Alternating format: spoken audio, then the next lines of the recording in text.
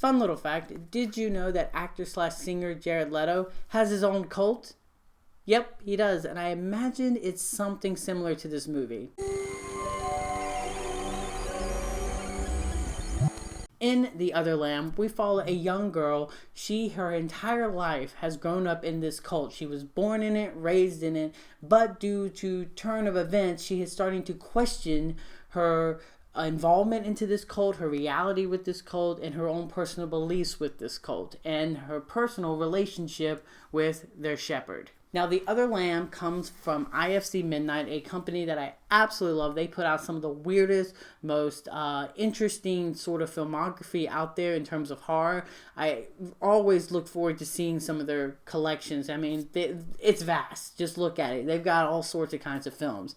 And The Other Lamb was one that I was really looking forward to checking out. I missed it when it played at Fantastic Fest, so I was extremely excited to have the opportunity to see it now. I think this film's worth checking out. This movie is a very sort of atmospheric type of moody type of horror film. It isn't gonna scare you in terms of shocks or thrills. In fact, I will be honest, it didn't really scare me, but I do like a lot of the themes and messages that the movie presents. And one of my favorite subgenres in terms of horror is horror films about cults and organized religion. I love religious based horror films, and maybe it's because I grew up religious, fell out of it, and then now I'm back into religion. So I love the journey that this movie puts you on and the questions that this movie asks about faith, about organized religion. I always find that stuff extremely fascinating to watch. So therefore, this particular movie was made for me.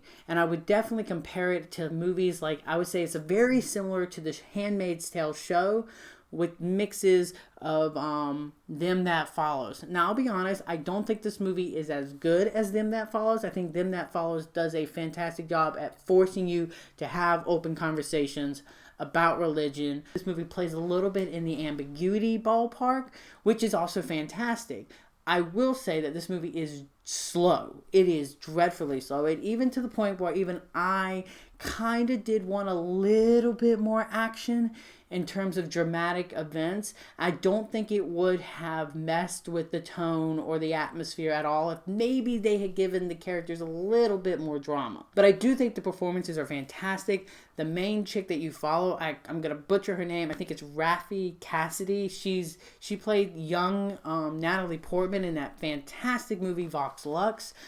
She's brilliant in this movie. She absolutely carries this film. I love the cinematography of this movie. It is so gorgeous. It's a very bright movie.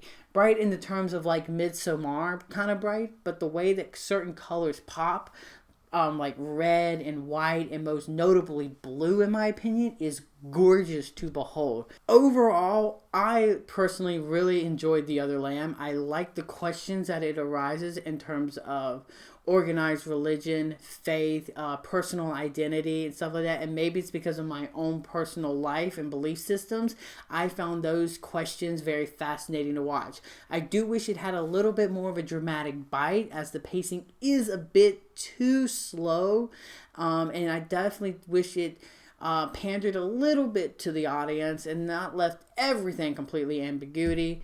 But overall, I did really enjoy The Other Lamb. As the score goes, I'm going to give The Other Lamb a 3 out of 5. So you guys, there you have it. That was my review for The Other Lamb. Make sure to let me know in the comment section below what you think of this film. And until next time, I'm the Slasher Movie Viewer, and you guys have just been slashed.